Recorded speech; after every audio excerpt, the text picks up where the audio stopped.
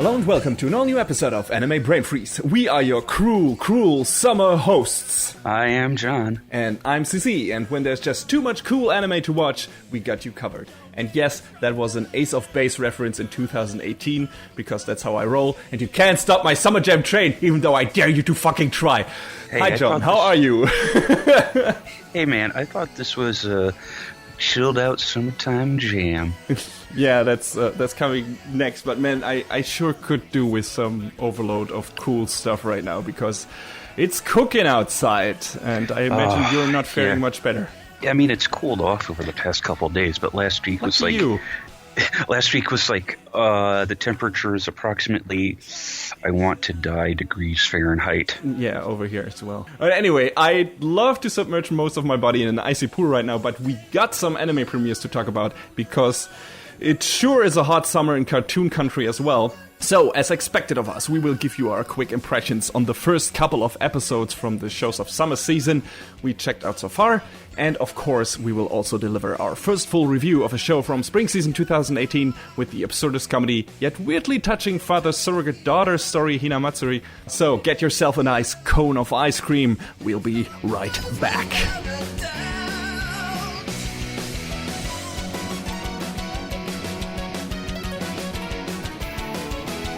Alright, here we are in the sneak peek. As usual, time to talk or give the newly premiered series in this season, the summer season, their due diligence with a few sentences here and there, and our quick thoughts on those. Yeah, let's start with the series that continued in one form or another from an earlier season, took a break and came back. The first one I want to mention, because we can't actually say anything about it yet, is Attack on Titan Season 3, because the first episode of that will air on the day this podcast goes live. So we were not able to check it out yet, but don't worry, there will be a full review eventually. John and I are both all in on Attack on Titan, even more so after the second season, so I can't wait for the third one. Same for you, if I'm not mistaken, right? Oh my god. Wrong show. The anticipation has been hot indeed, especially because they did a pre-screening of the first episode of the third season at Anime Expo, and it's just like, but we still have to wait like 2 weeks. It's harsh, but we'll survive, and I mean, we only have to last until Sunday. You guys have to last a bit longer for the review, but what can you do? And the show's gonna run for 26 episodes, I think, this time around. Pretty sure, yeah. Or 24, something around in that ballpark. So yeah, it's gonna be a while, but I'm looking forward to it, even though I've heard that at least part of the next arc sucks, kinda, or it's the most boring one in the manga so far, so I hope they get, past that quickly and get to the more interesting stuff, so we'll see. Well, I mean, a friend of ours was saying that they were showing stuff beyond what comes immediately next, so they'll probably get to it, eventually. It's probably sooner than later. Let's hope so. Anyway, yeah, that's for that. The next series continuation I have on my list is Overlord Season 3, which is continuing right where it left off. I recently reviewed the first 2 seasons in episode 52 of our show, to be exact. I like the show a lot. Nice fantasy isekai trash that doesn't take itself too seriously. The second season felt a bit unfocused for me at times, but I am hopeful that the third season will return to form, even more so after its first 2 episodes, because those focused mostly on our core characters and some side characters that I'm actually glad are back, because we haven't seen them in season 2. So yeah, Overlord is a lot of fun, and I expect to, and you can expect to hear more about this third season at a later date. And the last series continuation is Free Dive to the Future. For people who don't really know what it is, because it's been a while, it's a swimming sport / grade A Fujoshi bait anime by Chio. I like both previous seasons a lot. It's fun. It's got a fun, sympathetic cast, some neat character drama. But it's been quite a while since the second season, titled Free Eternal Summer, aired. And just like with Tokyo Ghoul last season, the first episode gave me a bit of character overload, because I had trouble remembering who everyone was and what their deal is. But by the second episode, I was pretty much back in the saddle. I mean, it's not a complicated show to begin with, but it has a big cast by this point. So if you have watched the previous seasons and just like me have some trouble getting back into it, there's a nice summary piece on ANN called Catching Up with Free. I will link that in the episode description. That might help you remember all the key characters and occurrences from the previous seasons without having to rewatch them. On the third season itself so far, still fun, still looks gorgeous. That's KyoAni for you. Setting-wise, things are a bit more interesting now, in my opinion, because at least half of our cast has finished high school and is now in college. Another sports anime, that's usually the point where those characters leave the show altogether, but not here. So that's cool, because we definitely have more anime focused on high school life than on college life. Aside from that, I'm a bit worried that this season might rehash the first one. One of the main characters, Haru, has a fateful encounter with another old childhood friend that, if I'm not mistaken, we have never heard about up to this point, ever. So this feels a bit like a let's do this again. But we'll see. I hope there will be some twists and turns here and not just, the equivalent of, considering the subtext, Haru basically running into another ex and having to deal with that, just like he did in season 1 with good old Shark Boy Rin. But we'll see. I'm not joking. His teeth are very sharp. No, I've seen this, but I mean, I haven't watched Free. I've watched Octopimp's parody, which is good, which is half off, I think. Yeah, or 30% off or something. 50% off. 50%. That's it. Yeah.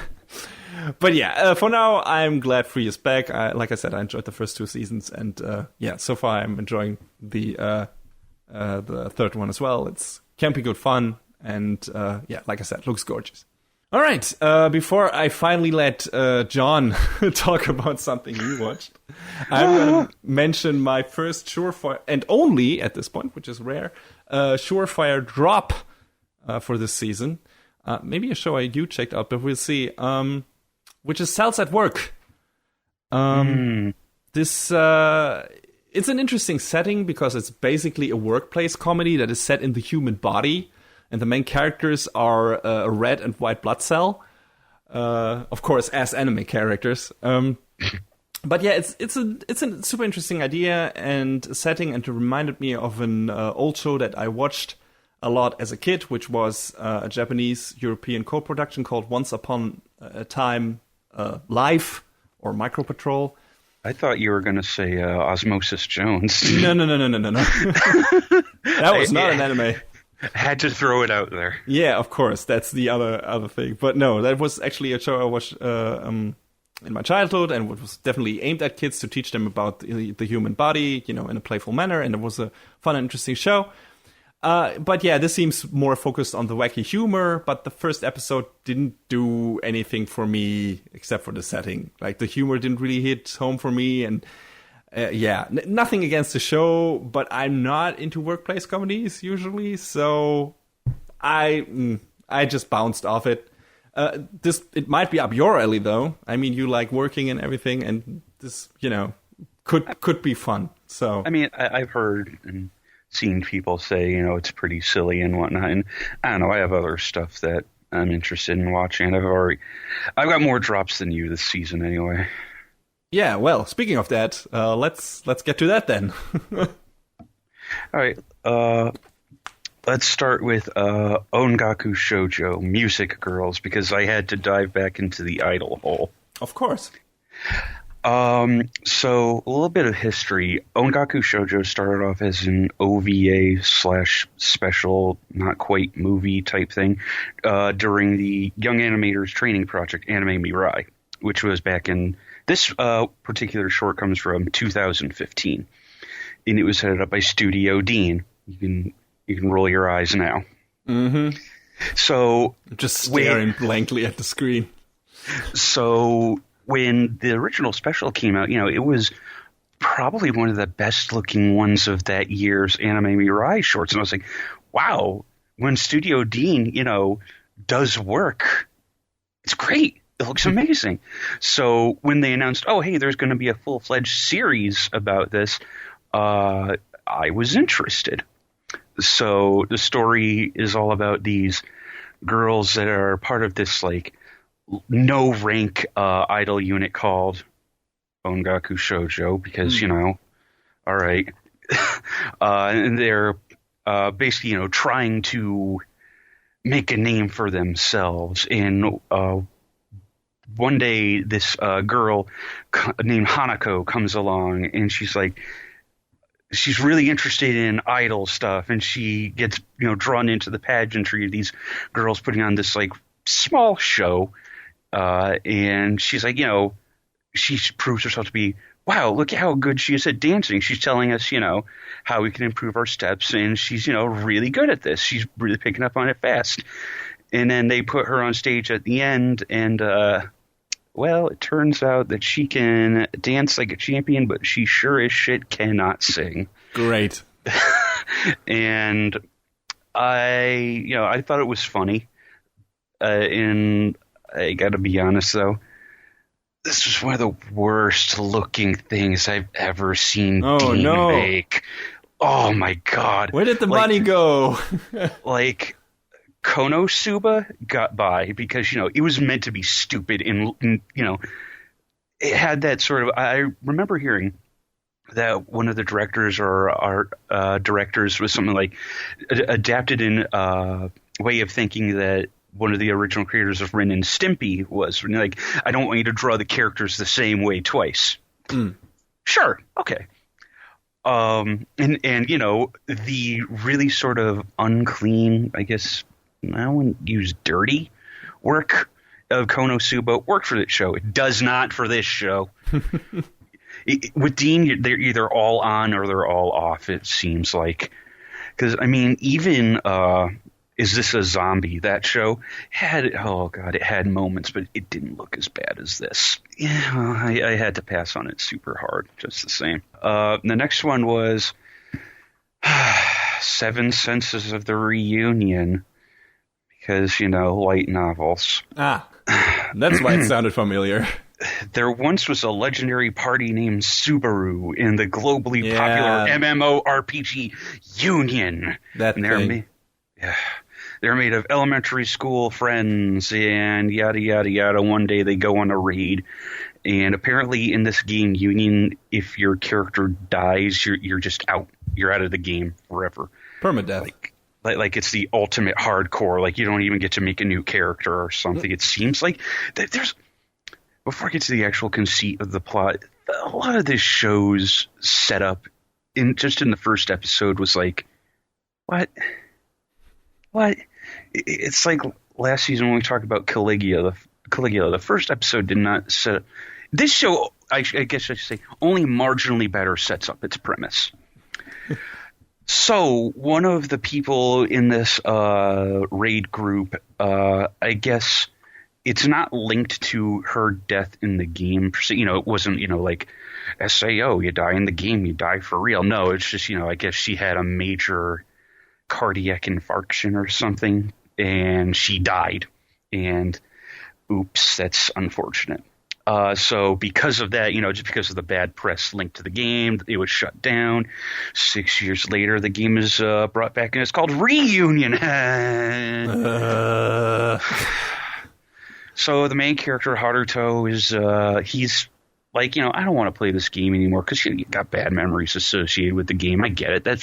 That's sensible. Eventually gets dragged in by these two people he knows. It's unclear whether or not they're friends or not. I don't know. Like I said, it's poorly established. So they clear this dungeon, and they open up a treasure chest, and inside is his dead friend from 6 years ago. What? It's getting weirder.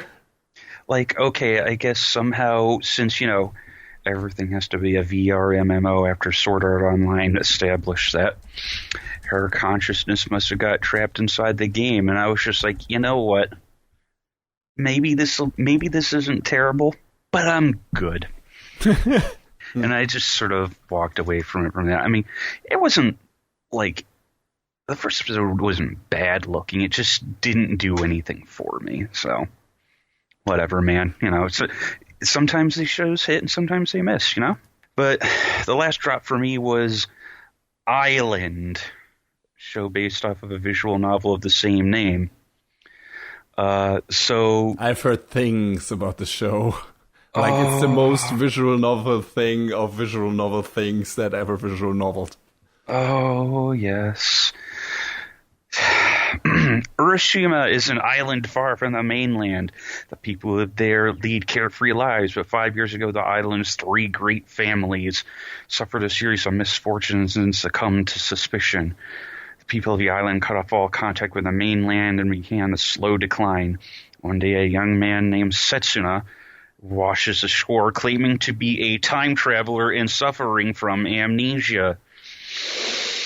He meets 3 local girls, the sporty one, the tsundere, and the not vampire. Totally not a vampire. Totally not. Their meeting will change the course of the island's fate. Jesus Christ. So I guess we're getting the visual novel on Steam this summer, so maybe it'll be more compelling and I'll check it out. Probably not. I'm not gonna lie. What are the first scenes of this show? Ends up with one of these poor girls discovering Setsuna washed up on the beach and passed out, and she trips and falls square on his dick. Of course. So that sort of set the tone, and it was like, okay. All right. I'm amazed I watched the second episode of this, to be honest. That's going to be a theme, I think. I guess people on Urashima Island suffer from something called soot blight syndrome, which may as well be vampirism minus sucking people's blood. And I guess, whatever. There are people in the real world who are overly sensitive to sunlight. Sure.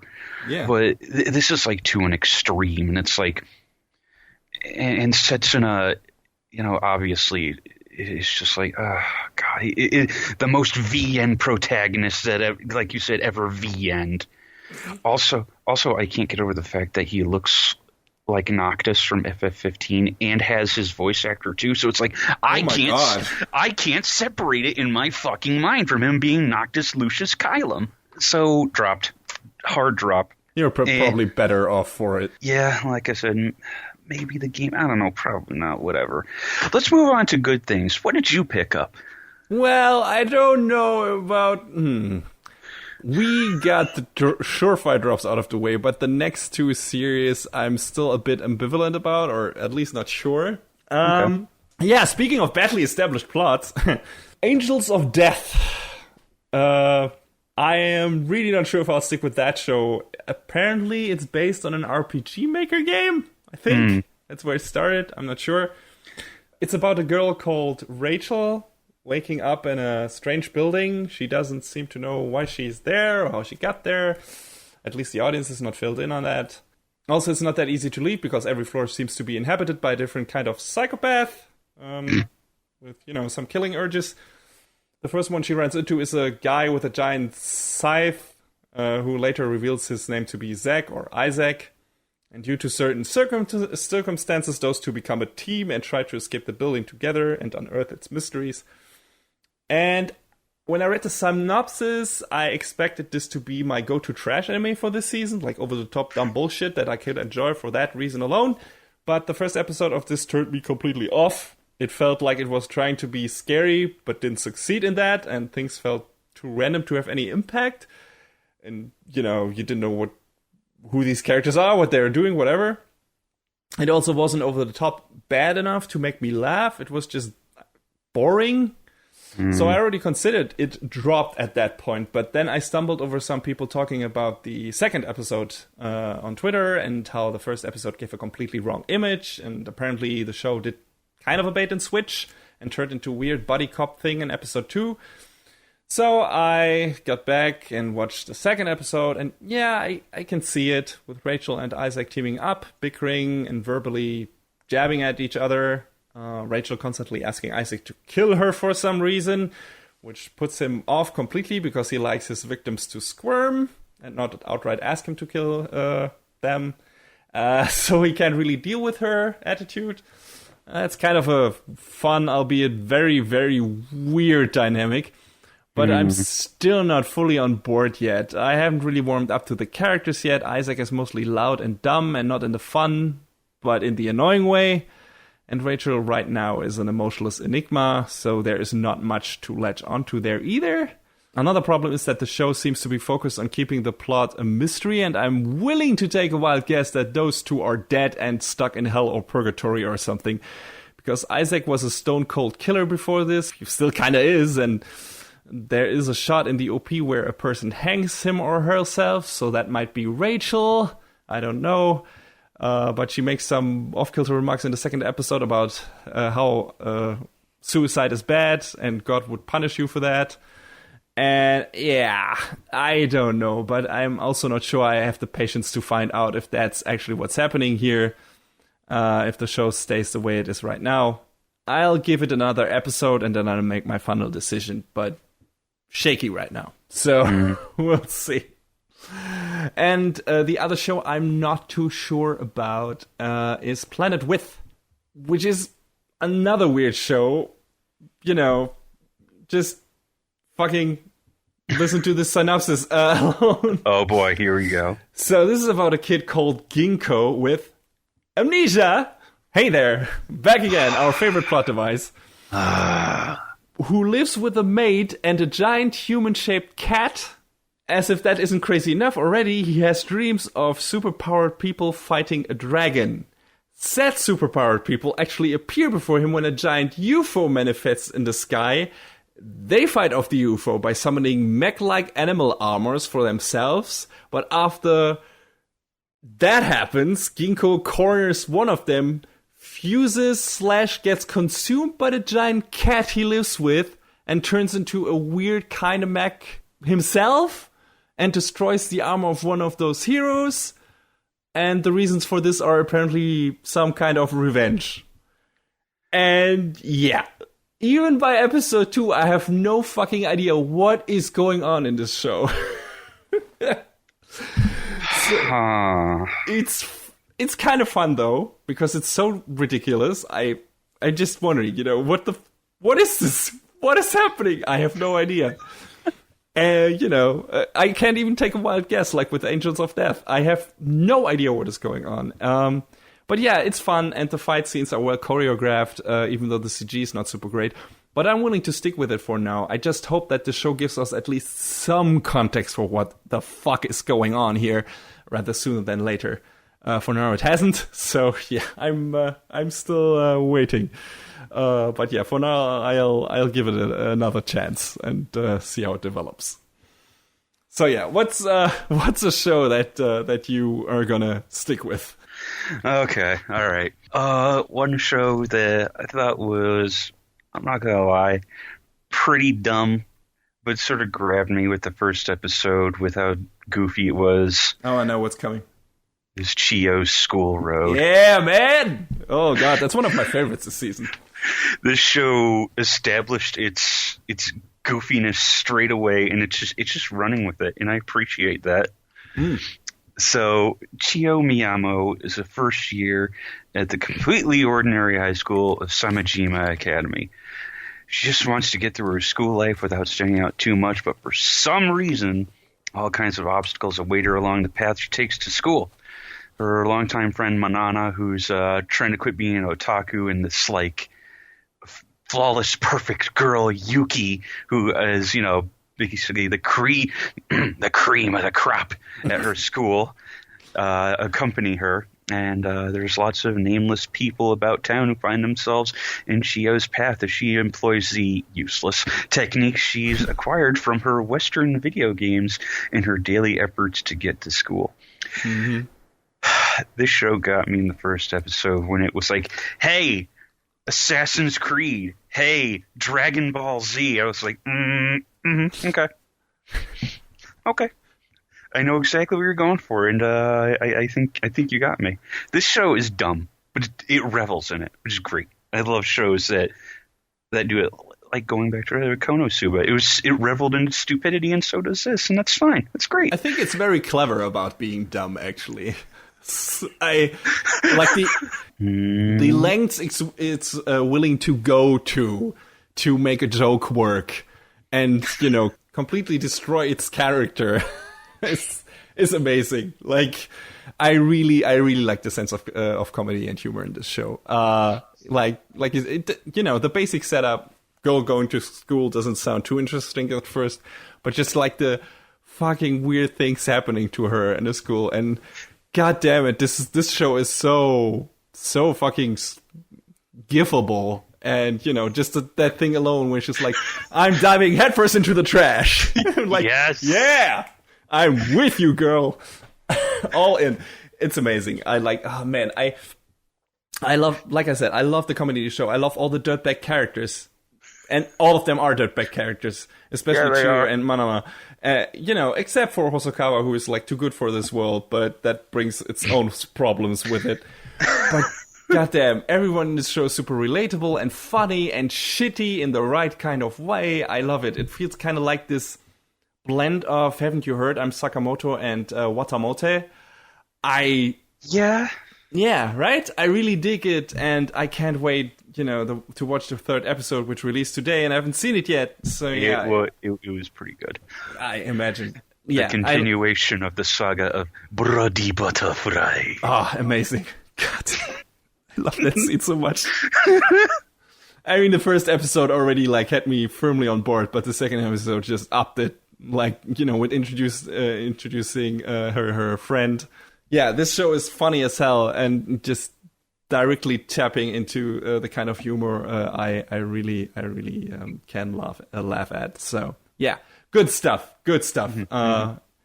Absurd masterpiece. If you want to have a lot of good laughs, this one is a keeper, so highly recommended. Oh, okay, I guess I gotta pick my next one then. Yeah, a show I'm gonna stick with is Angolmois, with a record of the Mongol invasion. So yeah, as the title states, this is about the invasion of the island of the Japanese island of Tsushima by the Mongol horde in 1274. If that subject sounds already weirdly familiar to you, then maybe you are a gamer, because there will be a game with that exact setting out for PS4 soon called Ghost of Tsushima by Sucker Punch, the guys who made the infamous series. So yeah, I don't know if that is a pure coincidence or what happened there. It's not really, I don't know, an anniversary for that right now. So weird. I don't get it. But yeah, that happened.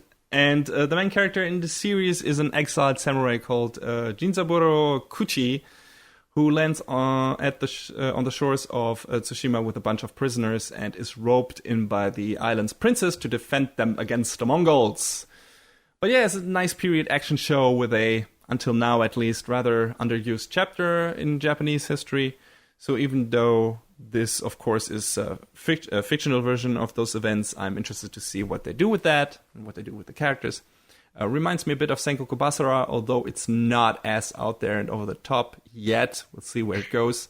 That show was nuts right from the get-go, with fucking one of the characters having exhaust pods on his horse.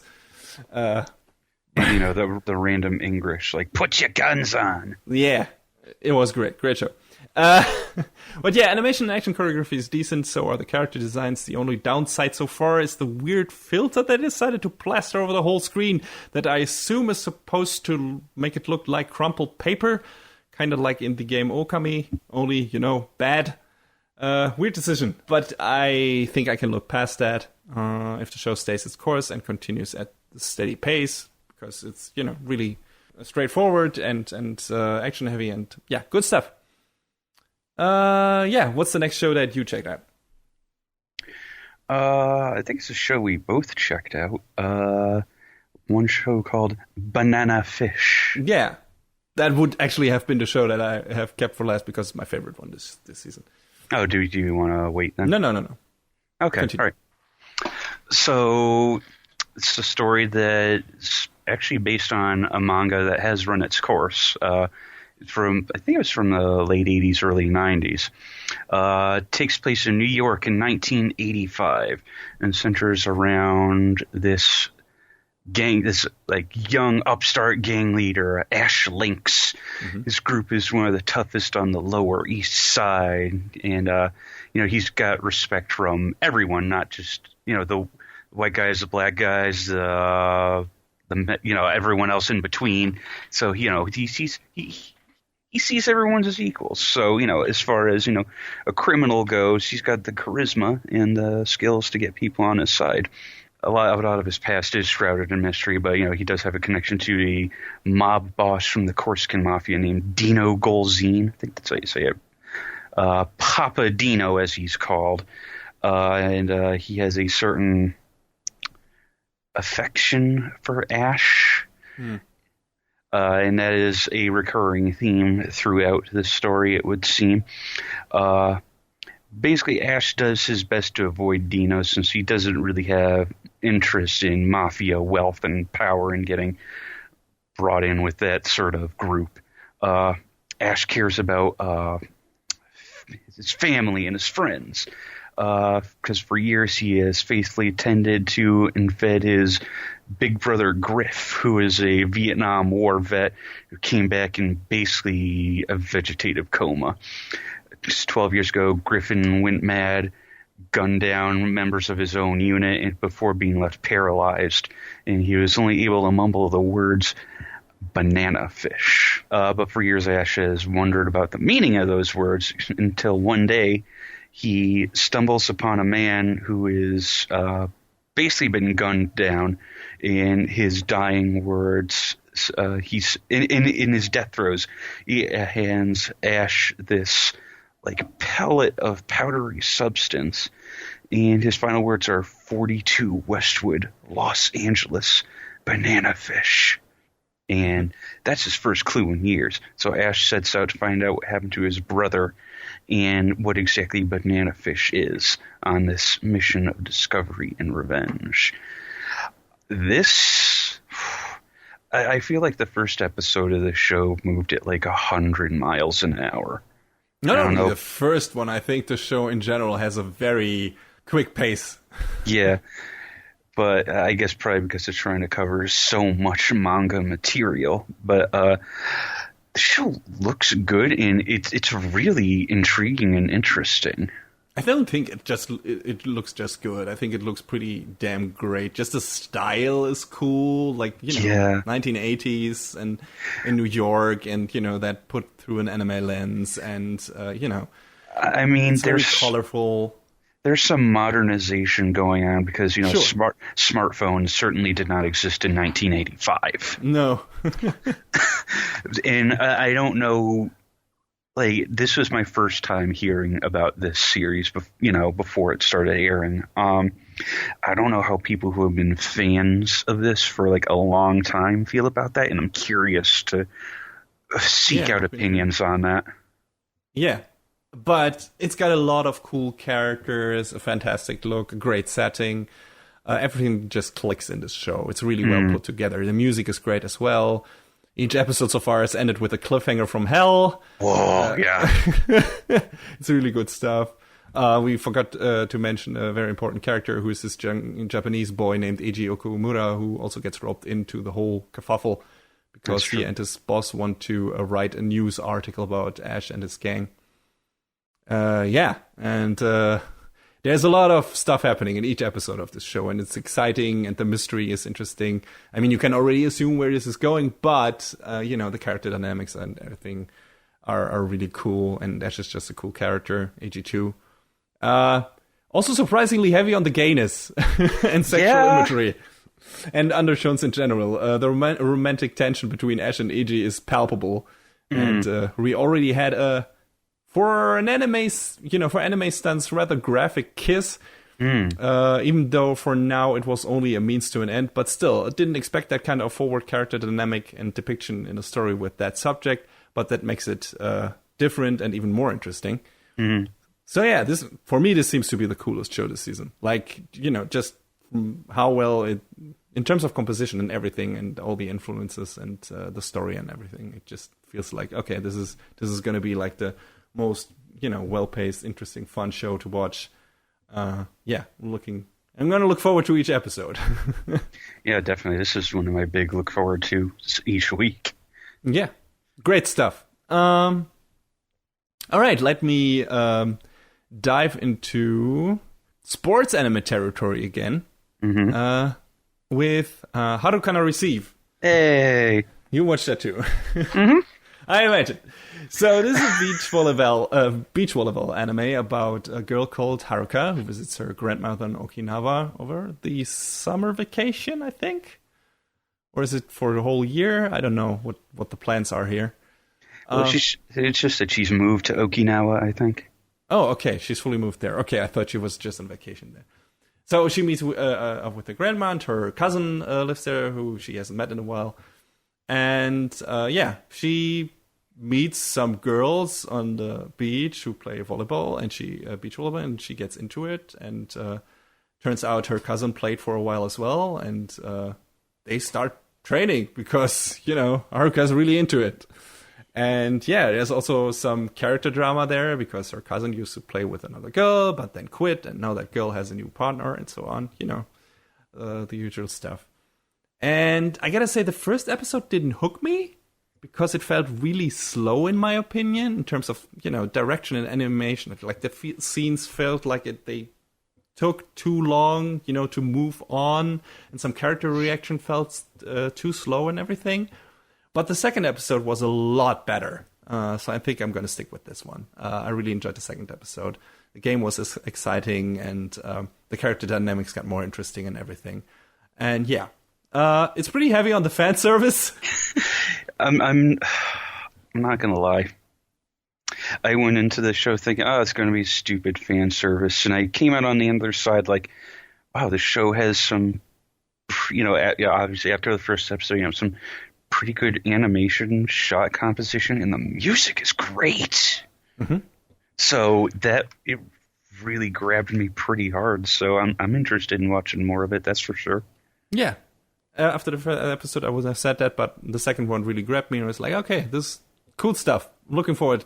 Characters are nice and sympathetic, and I want to see more. And like I said, the direction and action and everything, the game was much better in episode 2. In second episode too. So yeah, and like I said, heavy fan service, but everything is super benign for now. Nothing gross so far. Just a couple of nice asses. So they focus on that, which is expected. I mean, why would you be surprised? Because this is basically the second half of the Dead or Alive Extreme Beach Volleyball adaptation, the first one being Keijo, and I love that show too, so whatever. God, that show was great. Yeah, I wish we would get a second season, but it wasn't successful, so that's probably not going to happen. What can you do? I'm going to cherish the only season we got. All right, the second... Just gonna move on here because it fits. The third sports anime I picked up this season is yeah, it's weird. Is Hanebado or Hanebado. Oh, it's good to be a fan of sports anime. Right now of that particular genre, especially considering the variety. This season alone, I got swimming, volleyball, beach volleyball, and now badminton. And I just finished up boxing and a bicycle racing show. And I'm still chewing on a soccer series. So yeah, good times. So Hanebado is mainly about two girls. At least, from the get-go. Focus shifts a bit later on.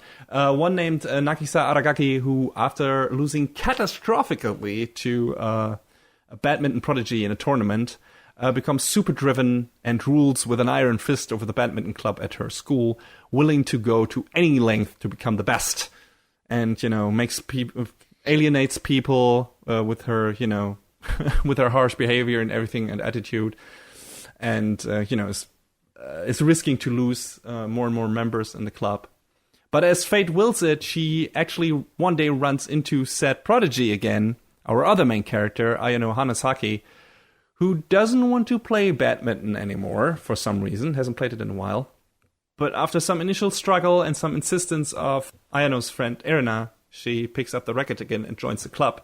Those two are fated to clash and actually evolve from that.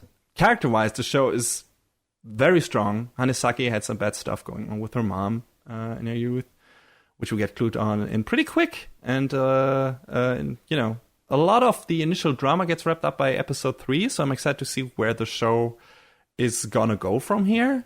But the thing that roped me in from the beginning was the animation in the show, because it blew me away. The first match alone looks so incredibly good and intense and amazingly choreographed. It's wow.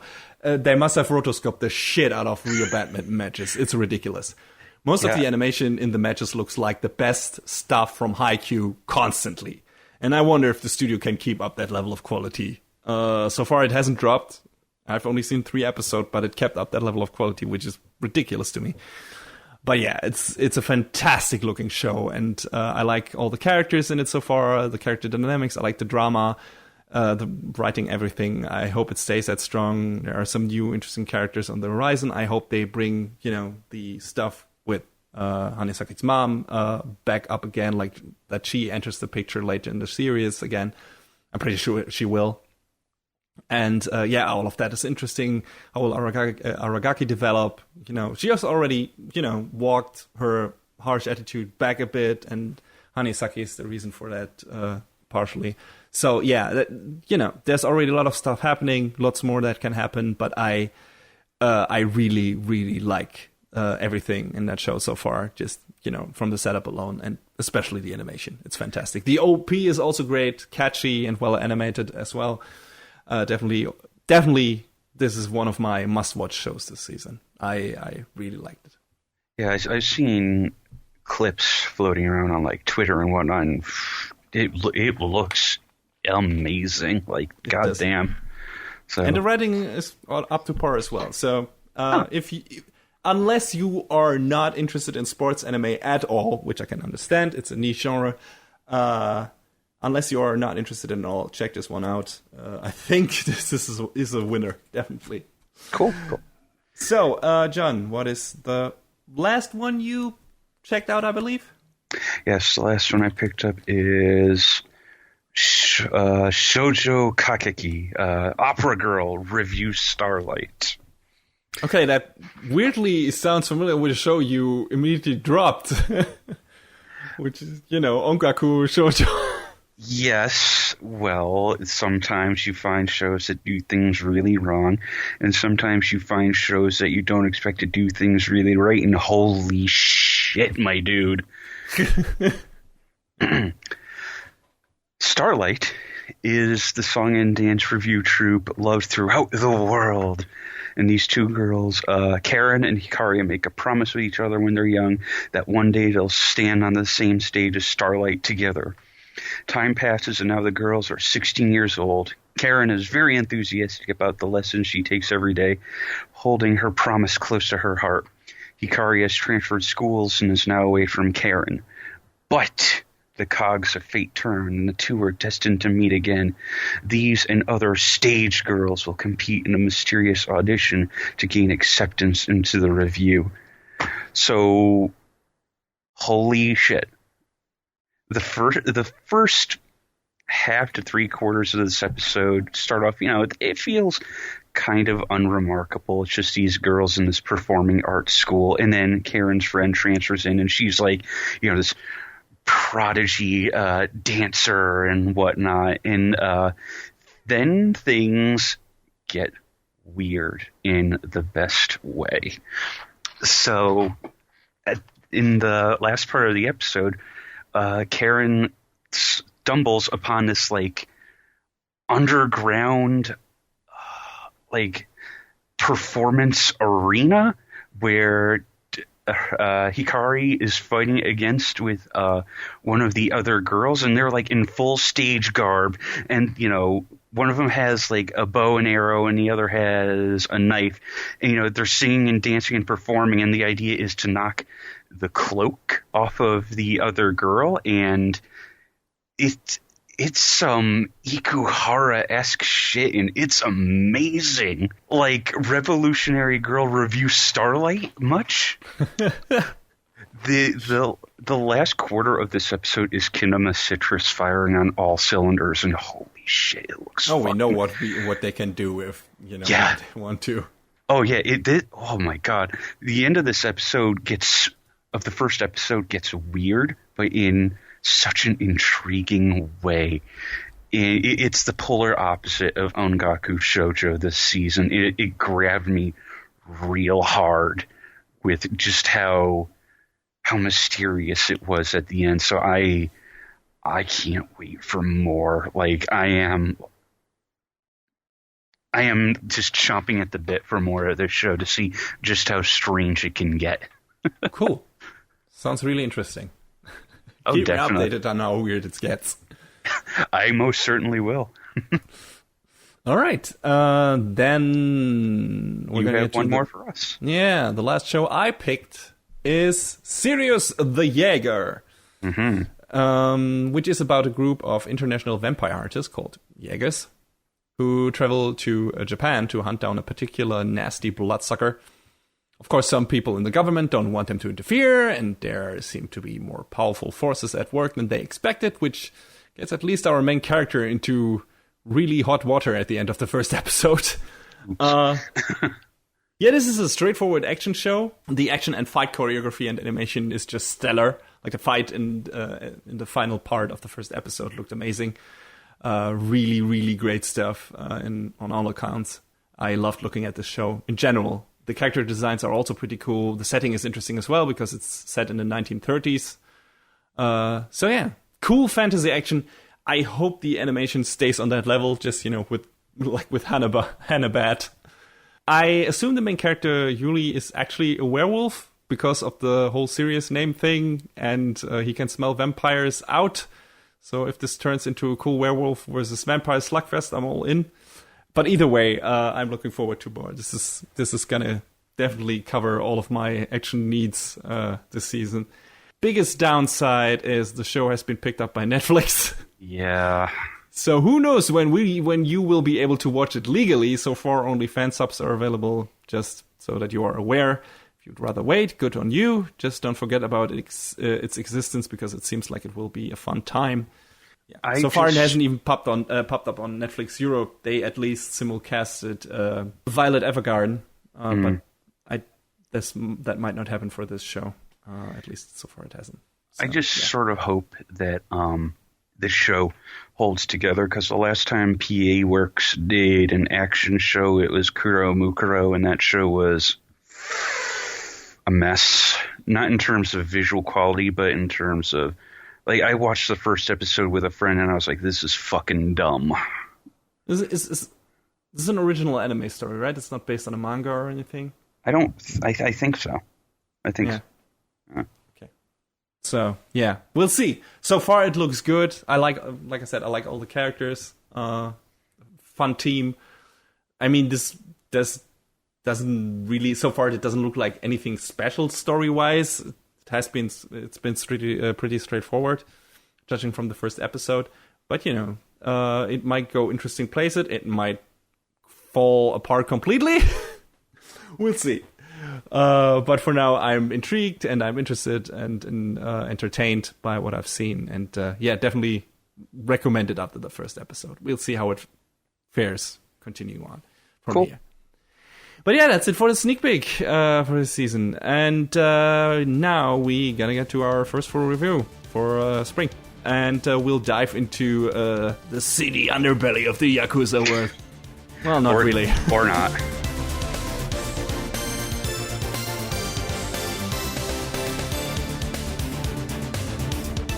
So yeah, it's time to be a gangster, see? A Yakuza, see? Because that's how Yakuza totally act. Definitely. That's my good friend Kazuma Kiryu told me. Ah, all right. A trusty source. Yeah. Totally a real person. So Hinamatsuri is the story of Nita Yoshifumi, who is a young and intellectual Yakuza type. And he Those lives... two exist.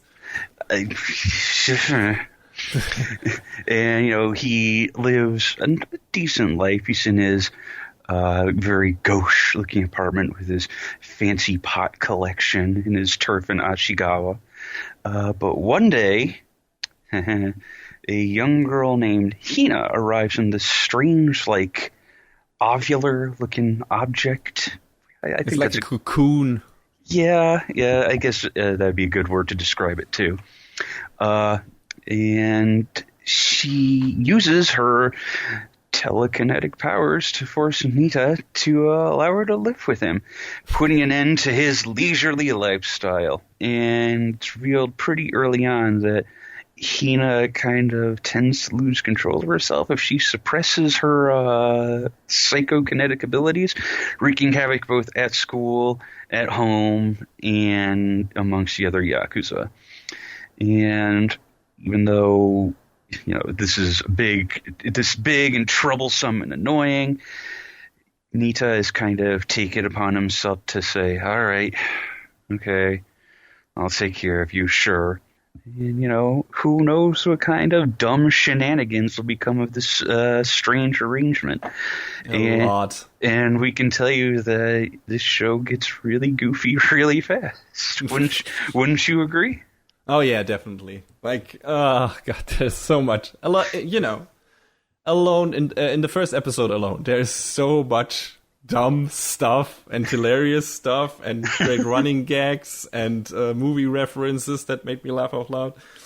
And yeah, it's God damn it, it's kind of a slice of life show because there is not really a plot to speak of. I mean, you think there might be in the beginning because there is an acquaintance of one acquaintance of Hina joining the cast, and we think, oh, she's from the organization that Hina ran from, who used them for the telekinetic abilities, and they're gonna have a fight and a rivalry, and then more people will join and they might have to fight them or something like that. No. No, none of that happens. None of that happens. There's a lot of constant build-up to nothing. Yeah, exactly. The show really likes to defy your expectations. It steers your expectations in a certain direction and then completely upsets those expectations with how it wraps up certain episodes. And that's my favorite part when the show does that. Like when we see the show play a special, particular beat, and then like I said, upsets that beat at the very end. There is. I don't want to go into spoilers, but there's a certain emotional episode, that focuses on Hina and her story with Nita and everything. And then you expect that to wrap up a certain way at the end, and it wraps up in the most hilarious opposite way. That kind of was to be expected if you paid attention to the history of those characters with each other, but it was still amazing. And I think John knows which scene I'm talking about. Yeah. I mean, there was another scene, I think it was earlier on, where you're expecting a punchline, and then cut to credits. Yeah. Yeah. I also and the show has a lot of moments like that where it's like you're expecting something and it's like, wait, I'm sorry, what? Hold on. Yeah, that's like I said. That's when the show worked the most for me. I still think the first episode is as good as it gets in terms of laughs per minute. Yeah. I mean, we get some highlights later on. All of the stuff with Hitomi is great, who is a cast member who gets added pretty quickly, which is a classmate of Hina, and who gets roped into all this crazy bullshit. Even she doesn't want to, and she gets basically taken advantage of by all the adults, not in a weird or sexual way. God beware! No, don't worry. It's just everyone tries to make her work for her and help her out, and she doesn't really want to, but she's too much of a good person to say no, and that always turns out for the worst for her, the worst outcome. And I felt so sorry for her all the time. Yeah, every time for her, it's like, oh, I'm sorry, he told me. And then she has that one moment of revelation. Has there ever been an adult I can trust? And it's just like, a cutout of every adult character's head going like, ah. Yeah, I felt so sorry. It's like, oh, you poor girl, you don't deserve this. And, her scenes are great. The scenes with Hinas and Anzu Superior, who appears later on. I also love the fake documentary about Nita. That was amazing. Yes! What that resulted in. Like, there are a lot of highlight. Pretty much every episode has at least one great comedic moment. But I felt the first episode had several. Like, pretty much through its entire runtime, every joke was solid gold. And, the later, the series can't keep up quite that level of, of jokes. Yeah, I'm glad you brought that up, honestly, because, I think we both enjoyed this show, but the laughs do end up being on sort of a diminishing returns later on. Yeah, some parts of the later episodes just fell a bit flat, or let's say they caused more of a mild snicker on occasion than some genuine laughs. Like the episode that was exclusively focused on Mao didn't do anything for me. Yeah. Like the first one, where she's on the island. Her story in the final episode was good, though, and I was surprised that they actually, brought that show back to what happened in the beginning, which was completely out of context. But, it made sense in the beginning. Oh, that's what this was, what was happening there. It actually, makes sense now. And I like that. But like I said, the island episode didn't do anything for me. And the other thing is the weird emotional beats, which I appreciated in certain parts. But, for example, Anzu's story sometimes went a bit too sappy for it to really gel with the anarchic tone of the comedy of the show. It felt like the creators were trying to strike this balance between being this heartfelt story of cute girls, all the while being this super cynical, absurdist comedy about adults and certain aspects of society. And that is a very difficult thing to achieve a harmony in, and the series couldn't always make that work, in my opinion. Especially in some of the later episodes, that it worked. It didn't really work at all, where it went really heavy into one direction, and felt like there was this kind of tonal dissonance to other parts in that show or that particular episode. So, I don't know, a bit misguided maybe in that part, but it was still really pleasant and a really pleasant, entertaining experience overall. Like you said, we both enjoyed this show. There's enough to like here, and a lot of good jokes and fun, sympathetic characters to keep you hooked.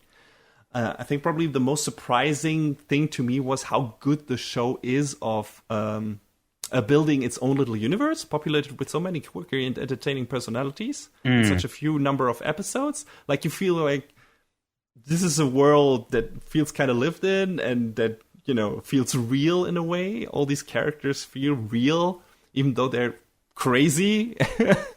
And in case of certain people, assholes.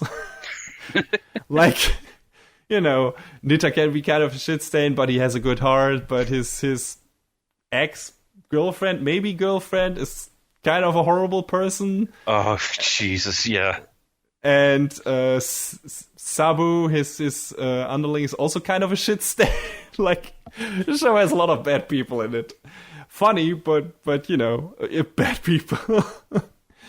And yeah, but I like that all those people were in there, and how they were integrated into the show, and their relationship with some of the other characters. And you see those characters pop up in different parts of the story and interact with different parts of the rest of the cast. And and when we see certain people pop up again here and there, it's like, that's neat. I remember that person. And there was like this cast member who I think was only featured in one episode in like a minor side scene, and then appears at the very end of the series, and like, oh, that guy, I remember that guy. That was a nice guy. That's cool. It's nice that he's back in the story. And yeah, I really enjoyed when the show was mostly when the show was going for the absurdist comedy stuff and really went all in there. And or all out there, and the emotional beats were were trying to be heartfelt, but didn't really work for me, especially not if there was like a strong showing of the comedic parts earlier, because I couldn't immediately switch and take the emotional stuff that seriously. And in some cases, they played it very seriously and tried to play it out until the end. And I was waiting for the punchline. I was like, okay, this is going here, right? And in some cases, it's true. Like I said, the one scene between Hina and Nita, like, completely turned that on its head. And that was great. But certain parts, especially, like I said, some of the storylines with Anzu, play it completely straightforward in terms of the emotional and heartfelt content, and get really, try to be a tearjerker and everything, and just didn't work for me. I don't know. How did you feel about that aspect of the show? Yeah, it was kind of, I don't want to say emotional whiplash. I don't think that's the right way to word it, but maybe a bit more dissonant, just because it felt like, in spite of really liking this show, it felt like they couldn't make the two halves work together in that way. Like, it was fully committing one way or the other. And I would just rather do a middle ground, or just have it, be a comedy all the way through, Yeah. I mean, it's nice when a show is, trying to combine certain interesting aspects. But like I said, it's difficult. It's difficult to make this shit work. And I don't know, a lot of people will probably disagree with me on that, but I thought, for example, the Marvel Guardians of the Galaxy movies did a pretty decent job at that, where they combine like genuine, heartfelt, emotional moments with really weird, offbeat humor. It didn't always work there either. There's some characters that are badly written, or the jokes don't work, or are too mean-spirited or something. But I feel like that those two movies struck a very good balance between heartfelt emotional content and relatable characters, and some, nice cynical comic moments. And I felt like, kind of, like I said, Hinamatsuri was trying to go for that balance as well, and didn't succeed. Yeah. Which is kind of a shame, but like I said, there's still enough cool stuff, good stuff, funny stuff in that show to make it definitely worth a watch, especially since it's not a long show. Not to mention that it's a really good-looking show. Yeah, studio feel. Looking at the amount of other studios that are working on this, they called in a million damn favors to make this show look really, really good. I think I was impressed with the quality animation pretty much from beginning to end, to be honest. I mean, there are some episodes where they take some shortcuts here and there, but nothing that is, super noticeable or anything. Yeah. And when it counts, and especially when it comes to comedic timing and everything, they always nail it. Mm-hmm. So yeah, definitely good stuff on the production side.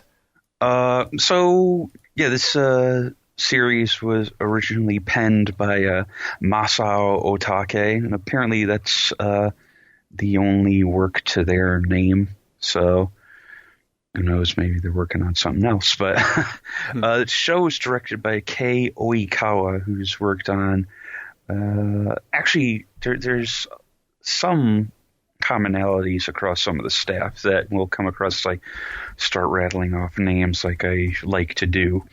Oikawa worked a bit on Minami K, both the series and one of the OVAs. I don't know which one, since I've never actually watched Minami K. I only have a cursory familiarity with it. I've worked on Outbreak Company, which I feel like is the unsung hero of light novel adaptations, because it was actually a legitimately fun show. It's worth looking up. My teen rom-com Snafu, which is another show I really liked, and Uma Musume, which aired last season, I believe. Did some episode direction on some stuff like Coyote Ragtime Show and Joshiraku, the latter of which I think is a bit more recent, if I'm not mistaken. Script and composition was handled by Keiichiro Oichi, who's worked on stuff like Aikatsu, which has been running for like a million years now, alongside Precure. Dog and Scissors, Mushi which is like the 1 7-arc show that everyone seems to forget exists. Everyone remembers Nanoha and Dog Days, and that's fine. But no one remembers Mushi because that was their outside-the-box action show that was kind of different from a lot of the other stuff they worked on. It was pretty cool, actually. I think I remember talking to you about it back when it was airing a few years ago, and I thought it was really neat. It sounded neat. But yeah, Oichi has also worked on My Teen Rom-Com Snafu and Outbreak Company, and a couple other shows that we've talked about on here, Sweetness and Lightning and Twin Star Exorcists. I really like the former. We were kind of cold on the latter, but whatever, that's fine. The music was done by Yasuhiro Misawa, who's worked on stuff like Gabriel Dropout, Umaru-chan, Minami Cake's coming back up, Yudo Yudi, and apparently did some work on some of the Musou games, like some of the Samurai Warriors and Dynasty Warriors games. So, one thing is not like the others. Yeah. But hey, it shows they got a versatile profile. Yeah. I think we both agree the show, in spite of its oddities, I don't know if I'd really call them shortcomings straight up like that, but in spite of its hiccups, that's a better word. This show's fun. It's enjoyable. It's worth watching. Yeah, like I said, it's a short show for now anyway. I wonder, the manga is still running, so we're probably going to get another season if it was successful enough. And I don't assume they're actually going to go anywhere in terms of story, though I wonder if it has already like 13 volumes. What's going to happen with those fucking people? Maybe it stays a slice of life thing, but maybe something actually happens later on. I don't know. Maybe, yeah. Yeah, but I think we're going to get more, and I would definitely watch a second season. The few things that didn't work for me aside, I had a good time with this show. Yeah, it's only got 12 episodes, so if you got some time to spare, that's not a lot. And yeah, it's an easygoing show. If you're fine with it maybe romanticizing Yakuza a bit too much... You're not wrong. Yeah, it's, it doesn't really delve... Then again, there's a whole game series about that. Yeah, sure. That's true. And from a comedy show, I didn't expect it to go, oh, these are the dark aspects of the fucking Yakuza world. No. It's just weird, like, that their main character is such a straightforward guy. He's still a shitbag in a way, but, he doesn't kill people or anything. Go into this maybe for the characters mostly and some really good jokes. If you expect some plot developments, like I said, those are not going to happen. And if you can deal with some emotional beats, misfiring, and being a bit too earnest for that kind of setup, you should be fine. I think you agree, John, that you would recommend watching this. Yeah, and I'd watch more of it if there's another season as well. So, fingers crossed, ? Yeah, definitely. We'll see if another season pops up soonish, maybe. So far, there hasn't been anything announced yet. But I definitely would like to see those characters again.